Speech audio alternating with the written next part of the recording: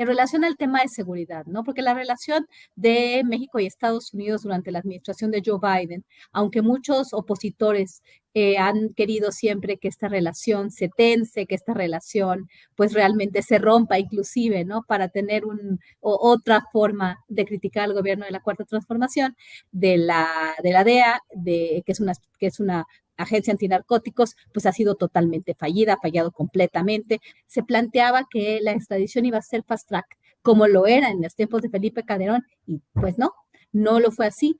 Los jóvenes han encontrado en ciertas actividades ilícitas una forma de vivir. Entonces, creo que la estrategia como idea es muy importante, pero sí ha habido un cambio interesante y creo que esta lógica de atacar las causas de raíz de la violencia es importantísima. ¿Por qué? Porque no estamos hablando de abrazos y no balazos. Fue un decir del presidente para decir, voy a atacar las causas de raíz, no los voy a matar. ¿Cómo vamos a matar a las personas que no han tenido una posibilidad? Es como decir, las pandillas en El Salvador, pues los matas y los metes a la cárcel. A ver, espérame, ¿cuál es la deuda que tiene el Estado con la juventud? Le da bienvenida a la doctora Guadalupe Correa, que nos acompaña aquí en Sin Máscaras. Doctora, ¿cómo está? Muy bien, muy buenas tardes, Manuel, Hans, muy contenta de estar con ustedes para hablar de un tema que va a dejar todavía mucho que hablar, que vamos a hablar de eso todavía mucho. Mucho gusto estar con ustedes. Bienvenida, doctora. Al Muchas contrario, muchas gracias. gracias por estar aquí con nosotros. Doctora, ya estamos pues prácticamente a una semana, mañana se cumple una semana de la captura de Rafael Caro Quintero. 7 días han pasado y han pasado muchas cosas, desde pues una dolorosa y misteriosa caída del helicóptero Black Hawk de la Marina en Los Mochis, Sinaloa, hasta el amparo que solicitó la hermana de Caro Quintero para que no sea extraditado a los Estados Unidos, y hasta la propia captura, que pues muchos no están convencidos de la versión oficial de la Marina. ¿Qué representa la captura de Rafael Caro Quintero, doctora Correa? Pues la captura de Rafael Caro Quintero representa muchas cosas, pero en realidad, como lo podemos ver en la opinión pública, la simbología en realidad, es como, ¿cómo diría yo? Sucede realmente muy poquito tiempo después, casi inmediatamente de la visita del presidente Andrés Manuel López Obrador a Washington, en un esquema en el cual eh, ya se había dicho que había una relación tensa en relación al tema de seguridad, ¿no? Porque la relación de México y Estados Unidos durante la administración de Joe Biden, aunque muchos opositores han querido siempre que esta relación se tense, que esta relación pues realmente se rompa inclusive, ¿no? Para tener otra forma de criticar al gobierno de la Cuarta Transformación. Pero bueno, siempre ha habido una buena relación. Pero en el tema de seguridad, cuando uno analiza los reportes de prensa, de la prensa internacional, los reportes de los think tanks y lo que dicen los políticos y los comentócratas en los Estados Unidos es siempre qué pasa, por qué México le ha quitado a la DEA pues los espacios que tenía.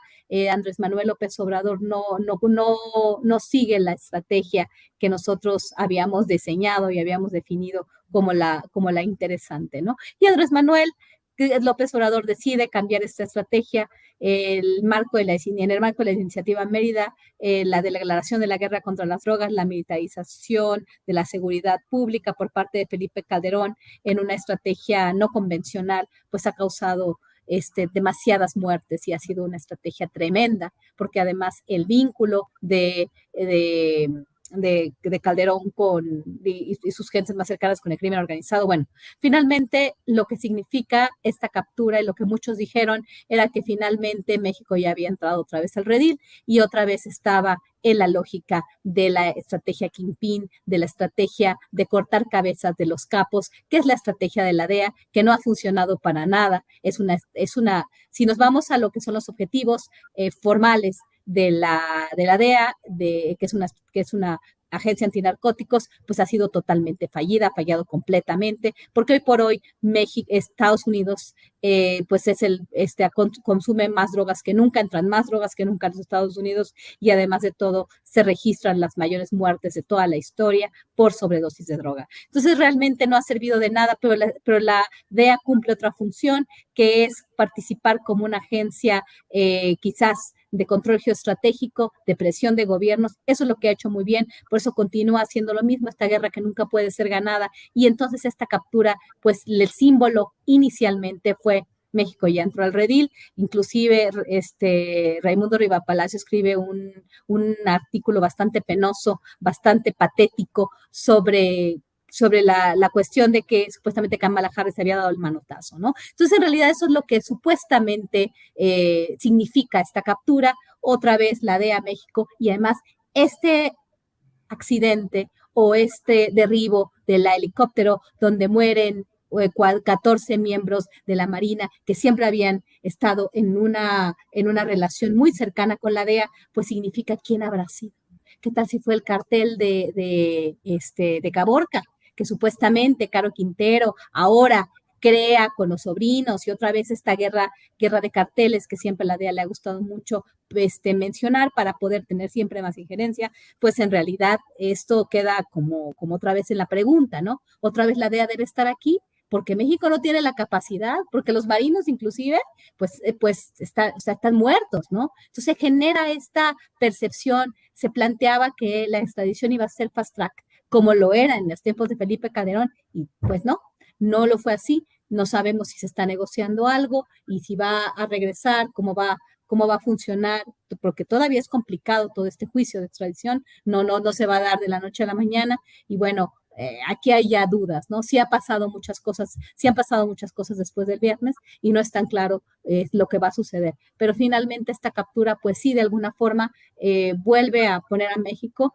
en el contexto de lo que quiere el Departamento de Justicia, de lo que quiere la DEA, de lo que quieren los Estados Unidos, y realmente enfocarnos al tema de los narcos, al tema de las pugnas entre carteles, ¿no? Que siempre ha sido nefasta porque ha generado mucha violencia y además ha traído a las fuerzas del orden, tanto de Estados Unidos como de México, y eso se ha generado mucha más violencia. Y eso es lo que preocupa, porque aquí el centro de gravedad está en el estado de Sonora, porque supuestamente Caro Quintero tenía sus principales operaciones en la región de Caborca, Magdalena de Quino, inclusive en el puerto de Juárez. Entonces eso es muy, muy importante, muy interesante reconocerlo. Hace también unos días hubo este enfrentamiento de tensión se dice, una célula del cártel de Sinaloa en Tlalpan, en la orilla de Tlalpan, en una zona boscosa. Esto también da para muchas cosas, ¿no? En el tema de lo que se ha manejado, que los chapitos y todo esto. ¿Qué lectura tiene, doctora, de este tema en particular?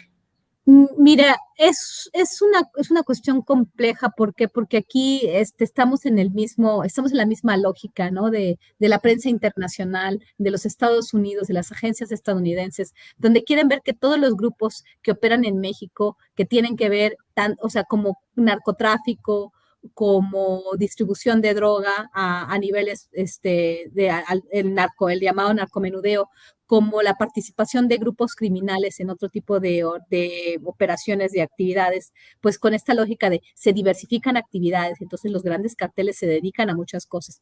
Pues en realidad las cosas no son así, no son tan claras, no son tan sencillas de entender, pero sí para ellos ha sido muy sencillo para seguir ejerciendo control geoestratégico. El tema de Tlalpan, el tema de la Ciudad de México tendría que investigarse con mucho más calma, ¿no? Eso de decir que son parte de los chapitos o son parte del cartel de Sinaloa o son parte de un cartel, lo mismo que se está diciendo en Playa del Carmen, es un poco complicado porque estas son bandas de diferente manera, que se dedican a otras cosas, a distribuir a niveles menores, ¿no? El narcomenudeo tiene su propia lógica, sus propios grupos, sus propios actores que ganan en este sentido, ¿no? Y entonces ya vincularlas a toda esta estrategia que llega hasta Chicago, y que además de todo tienen vínculos con autoridades a niveles de otro tipo, pues aquí es un poco complicado, ¿no? O sea, seguir jugando el juego de Netflix, de que estos cuates son súper poderosos y de que lo hacen todo, que le entran al guachicoleo y que todos son, están bajo, en el caso del cartel de Sinaloa, del Mayo o de los Chapitos, o ya son parte o son tan relacionados con el cartel de Caborca o este gran cartel misterioso que se llama el cartel Jalisco Nueva Generación, de reciente creación y de una expansión impresionante, después de que eran matacetas, después pudieron derribar un helicóptero de las fuerzas del orden mexicanos, ¿no? De las fuerzas federales mexicanas. Esto tendríamos que estudiarlo mejor, ver cuál es realmente la relación con el cartel de Sinaloa, si es simplemente una relación, yo te compro la droga, pero yo tengo mis espacios y yo me juego mis espacios como se ha jugado siempre, ¿no? O sea, se rompen las estructuras de narcomenudeo en la Ciudad de México cuando se pierde el control del territorio y la paz mafiosa también. Eso es una cosa muy importante de entender, que muchas veces se salen del redil cuando se pierde estos intercambios o esta aceptación por parte de ciertos miembros de las fuerzas del orden también a nivel local, ¿no? Entonces, bueno, tendríamos que analizar esto de una forma mucho más seria y no tan hollywoodesca o tan de serie de Netflix, porque aún no sabemos. A mí no me ha dicho nadie que este gran cartel, ¿no?, de Sinaloa está operando en la Ciudad de México tal como funciona un cartel de la droga, que lleva droga a los Estados Unidos y tiene ciertos vínculos con autoridades a distintos niveles, ¿no? Este grupo es un poco distinto y tendríamos que estudiarlo y analizarlo con más cuidado. No hay presencia como tal en la Ciudad de México entonces. No sabemos, o sea, yo lo que estoy diciendo es que cuando dicen la presencia del cartel de Sinaloa en esta zona, en la Ciudad de México, pues ya nos lleva a querer entender que estamos hablando de los chapos, de los chapitos, o estamos hablando del Mayo, y el Mayo tiene el control del territorio en la Ciudad de México. Yo más bien podría decir, bueno, ¿qué tal si sí están vinculados con el cartel de Sinaloa, pero son grupos de narcomenudistas? No es lo mismo que el Mayo Zambada esté operando también territorialmente y ahora se dediquen a cobrar piso también y a vender droga a otros niveles, ¿no? Mira, así no funcionan las cosas. Los mercados funcionan con especialización. Hay grupos que se especializan. ¿Por qué? Por presencia geográfica. Estos carteles no lo pueden ni lo hacen todo. Se llegaron a diversificar, sí, pero también la misma lógica de la guerra antidrogas, pues hace que se empiecen a fragmentar y que cada quien se especialice, o sea, no lo hacen todo. Este mito, ¿no?, que repite la prensa internacional, es que se diversifica y el Mencho hace todo, o sea, el Mencho es el líder de una banda que opera a nivel nacional. O sea, ¿quién es el Mencho? ¿Si está muerto? ¿Está vivo? Y no estamos hablando tampoco de grupos que tienen estos liderazgos, ¿no? De que realmente el grupo opera por un líder. Estamos hablando de redes. No estamos hablando de organizaciones tradicionales de narcotráfico como antes. Ha cambiado muchísimo cómo opera este tipo de cuestiones. Estamos hablando de la parte de una red, quizás, no de que los chapitos tienen presencia aquí, ¿no? Es un poco más complicado tratar de entenderlo y tendríamos que analizarlo más claro, no estoy diciendo que no, pero tendríamos que analizarlo mejor. Doctora Guadalupe Correa, me gustaría que nos compartiera su diagnóstico ya a casi 4 años del gobierno del presidente López Obrador en torno a la estrategia de seguridad. Hace poco se presentaron nuevamente algunos números. Hay asignaturas pendientes desde luego, pero en términos generales, ¿cómo calificaría la estrategia del presidente que pues mediáticamente se le ha puesto abrazos, no balazos, pero que es más allá de una frase? Es decir, la tesis del presidente es que se está yendo a resolver las causas de la violencia, las causas y los problemas que generan la violencia a través de las bases sociales. ¿Cuál es su diagnóstico a 4 años de esta estrategia? Y es una muy buena pregunta, porque a 4 años de una estrategia muy complicada bueno, no, más bien, de una estrategia para combatir un problema muy complicado, es difícil hacer un análisis muy certero, ¿no?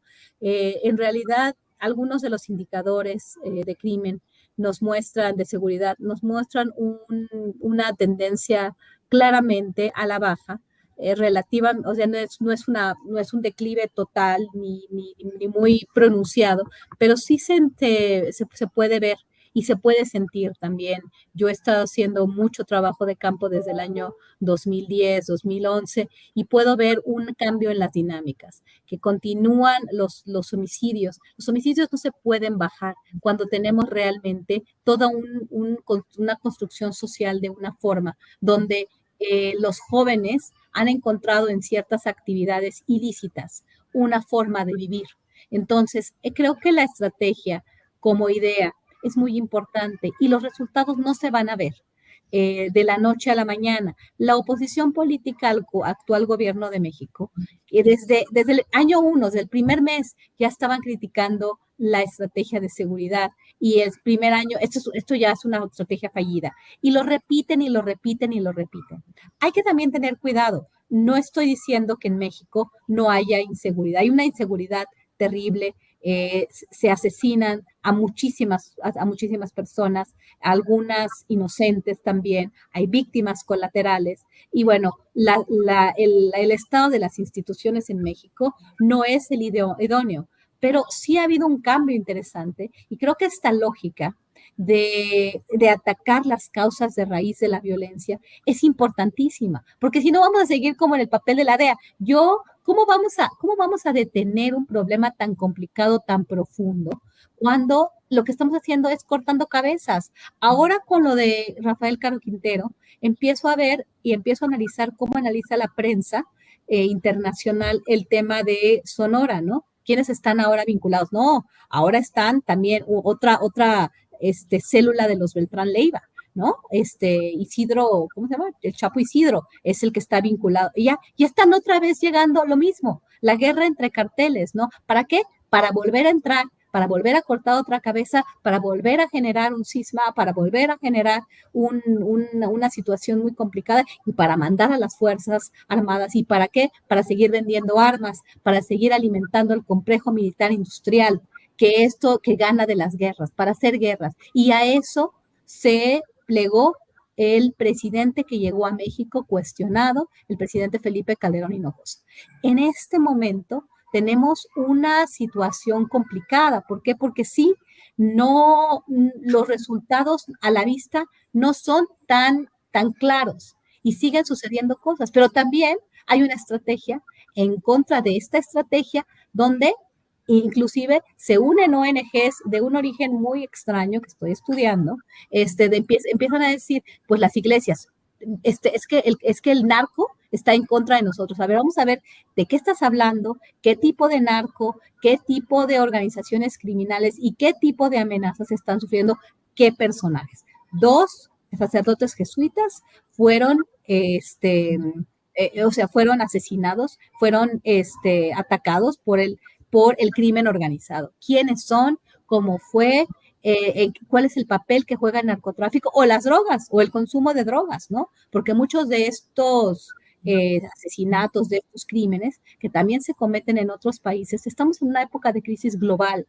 Cada vez hay más asesinatos, más muertes en todo el mundo. Y no con eso estoy minimizando la situación en México, ni estoy justificando la falta de resultados o la relativa falta de resultados, pero también hay que entender que hay tiempos para que den resultados ciertas estrategias, que se hace lo que se puede, que hay errores, sí, que hay errores graves, también, que quizás tendríamos que reformular algunas partes de la estrategia, como la parte de inteligencia, como la parte de los penales, como la articulación de las diferentes agencias, por supuesto. Aquí hay muchos errores en la estrategia, pero no es de que estrategia fallida, abrazos no balazos. O sea, ya estoy harta de escuchar abrazos no balazos y los abrazos y los balazos. la oposición todo el tiempo está hablando de eso y hace de esto hasta un juego de mal gusto, ¿no? O sea, hasta un acto de mal gusto. ¿Por qué? Porque no estamos hablando de abrazos y no balazos. Fue un decir del presidente para decir, voy a atacar las causas de raíz, no los voy a matar. ¿Cómo vamos a matar a las personas que no han tenido una posibilidad? Es como decir, las pandillas en El Salvador, pues los matas y los metes a la cárcel. A ver, espérame, ¿cuál es la deuda que tiene el Estado con la juventud? ¿Cuál es la manera de volver y de reconfigurar el tejido social? ¿Lo vas a meter a la cárcel? Por eso tenías bandas y pandillas y las personas se tenían que salir, si se tienen todavía que salir del país. La estrategia nueva supuestamente es muy buena porque los estás metiendo a la cárcel mano dura.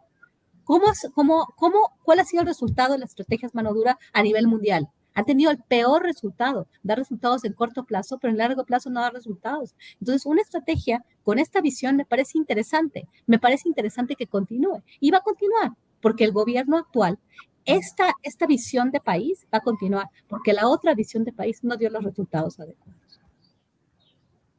Hans. Es que este tema es efectivamente, doctora, muy complicado. Me refiero son varios factores, debe haber un análisis más serio. Y generalmente los ataques de la derecha, bueno, pues es que hasta los famosos analistas siempre muy simplón de, ahí están los abrazos, ya no alcanzan los abrazos. O sea, sí. Es una dinámica verdaderamente frívola de cómo están respondiendo a un tema mucho más serio. Y en la mañanera misma, digo, qué bueno que se cuestione, para eso es la mañanera. Pero el presidente informa periódicamente, ¿no? El día de ayer fue el informe mensual de la situación de la seguridad en el país. Cada jueves es el tema de cero impunidad, que así se le ha llamado esta sección, sobre diferentes casos, una serie de dinámicas, pero no todos están avanzando igual. Por ejemplo, el propio presidente también en las mañaneras ha cuestionado, por ejemplo, las fiscalías. Las fiscalías tienen un tema estatales y no todas. Seguramente hay algunas que sí funcionan, pero otras definitivamente, el tema de Nuevo León, el tema de Jalisco, el tema de Guanajuato, todo esto, qué complicado se vuelve también avanzar del presidente de un gobierno federal que se le exige el tema de la seguridad del país, pero los demás, incluso hasta qué punto no solo no avanzan igual, sino hasta retroceden. ¿Cómo lidiar con todo esto del tema de las fiscalías y las seguridades estatales? ¿Qué panorama tiene, doctora? Bueno, también la Fiscalía General de la República tiene sus miles de problemas, sí, obviamente. Sí. Pero este esquema de las fiscalías que sirvan, las fiscalías independientes, ¿no? Autónomas, un cuerpo autónomo, pues hemos visto que realmente, y además fue una idea que es bien interesante, porque la idea no viene de México, la idea viene avanzada por, pues, supuestamente miembros de élite de la sociedad civil que vienen trayendo este tipo de ideas también de otras realidades, y bueno, obviamente, pues, se han dado recursos para diseñar toda esta idea, mucha de esta a través, bajo la iniciativa Mérida, ¿no? Esta idea de la fiscalía que sirva, y esta idea de la fiscalía que sirva fue avanzada por fundaciones muy importantes, muy, muy poderosas, ¿verdad? Por ejemplo, pienso en la fundación Open Society, que trajo muchos recursos a diferentes organizaciones de la sociedad civil para que se avanzara el tema de la fiscalía, y con la idea de que la sociedad civil iba a empujar a que los temas salieran mejor y se iba a ser un contrapeso a la posible corrupción en el gobierno. Y vemos que no es así, vemos que la sociedad civil no es una sociedad civil necesariamente que esté haciendo contrapesos, ¿no? Vemos poderes fácticos empujando agendas políticas para defender sus intereses privados. Pienso, por ejemplo, en el caso de Tamaulipas. Qué cosa más terrible. La Fiscalía de Tamaulipas está utilizando la justicia para hacer injusticia. Yo creo que de todas las fiscalías que mencionaste, el fiscal más tremendo que hay en toda la República Mexicana hoy por hoy es Irving Barrios Mójica. Irving Barrios Mójica, el autor del Michoacanazo, imagínense, Sí. haciendo una serie de tropelías a nivel federal, cuando era parte de la CEIDO, la Subprocuraduría Especializada de Delincuencia Organizada, metieron, fabricaban pruebas, no podían formar bien los expedientes, porque pareciera ser que todo lo que hacían, lo hacían con motivos políticos y no para buscar justicia. Y ese es el señor que ahorita va a tener, de acuerdo a todas las argucias, todas las estrategias tremendas, y toda el andamiaje que está tratando de formar Francisco Javier García Cabeza de Vaca, para resultar para poder resultar libre de toda culpa, ¿no? Y le quiere dejar todos los poderes, incluso del gobernador, a esta persona que utiliza, como dije, la justicia para la injusticia, fabrica pruebas. Tengo una carpeta enorme de investigación que me han compartido varios casos, periodistas, una persona que tiene a su hijo en la cárcel, supuestamente porque asesinó a su esposa. El expediente es una porquería, es una verdadera vergüenza. ¿Y qué pasa?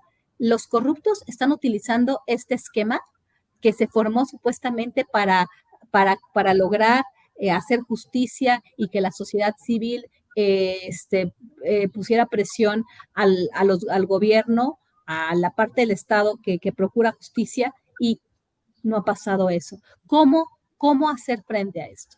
Yo creo que hay que hacer un diagnóstico a nivel nacional, un plan nacional para ver cómo resolver este problema. Creo que el problema de las fiscalías es enorme. Lo vemos a nivel federal y lo vemos a nivel estatal. Realmente han servido para que la sociedad civil corrupta tenga la injerencia en esto y además apoye a personajes corruptos, o que personajes corruptos utilicen esta fiscalía para, supuestamente de forma autónoma, desvincularse de todas sus responsabilidades a nivel federal. Es un grave problema. Yo creo que necesitamos otra reforma para poner un alto a este tipo de cuestiones. La cuestión de Tamaulipas es fundamental, y creo que la Suprema Corte de Justicia, con su decisión, si decide a favor del gobernador, va a sentar el peor precedente del mundo, y bueno, y si se le permite a Irving Barrios Mójica no solamente continuar en este periodo extendido que le facilitó el Congreso, pero repetir, ¿no? Porque puede repetir en caso de que el Congreso se mantenga como mayoría de la oposición al nuevo gobernador, Américo Villarreal, va a ser una cosa tremenda, tremenda, de verdad. No, bueno, ya ni hablar del fiscal de Guanajuato, Samarripa.